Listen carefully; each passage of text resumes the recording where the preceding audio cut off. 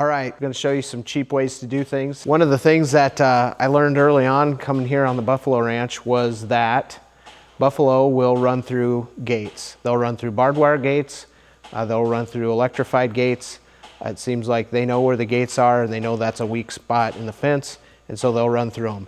In the case of electric gates, they will usually break the handle. So if you've got spring handles like this one, the buffalo are just gonna run right through it and stretch that spring all the way out. And you can buy heavy duty gate handles at the farm stores or order them online. They're usually like $8 or $9. So to replace a set of handles on a 3 or 4 wire gate is gonna cost you, $30 to $40. So I wanted to figure out a way to make a really strong, virtually indestructible gate handle that would be much cheaper than $8 or $9 a piece. And so I'm gonna show you how I make those here in the shop. So first I'm gonna cut the handle.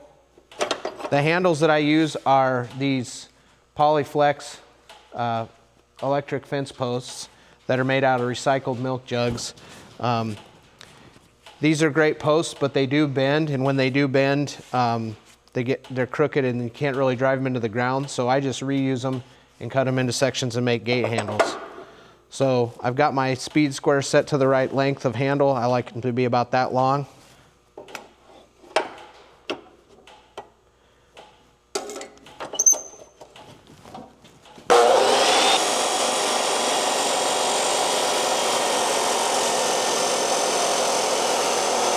I don't have very big hands, so that's perfect size. Bring it over here, and now I'm gonna drill the hole where the eye bolt is gonna go through, because the middle of this handle is an eye bolt.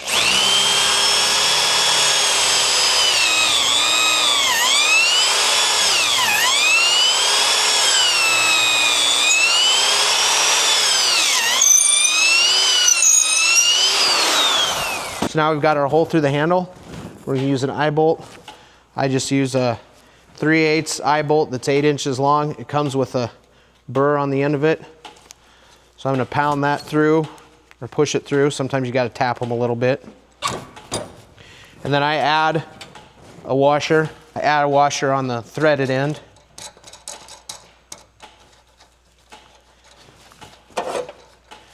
Use a crescent wrench and tighten that down.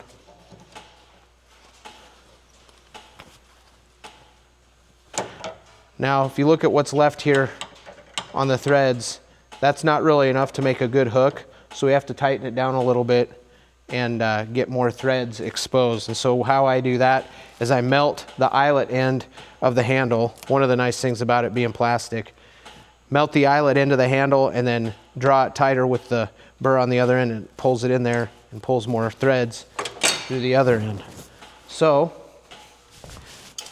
I'm gonna grab my handy little propane torch and just heat this in a little bit and tighten it down after I do that.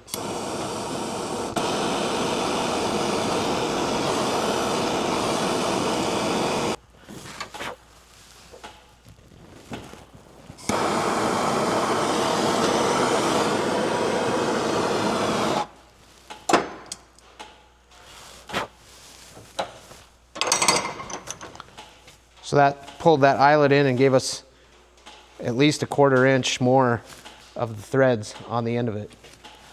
Cool that off, because I'm going to be handling it. Now we're going to heat up the threaded end so we can bend it into a hook.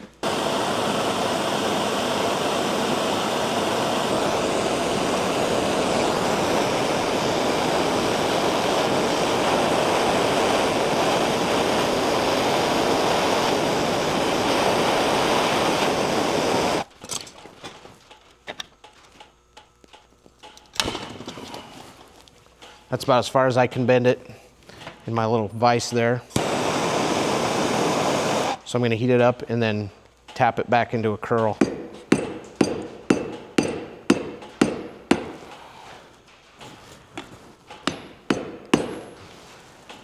There you can see it's got a nice curl.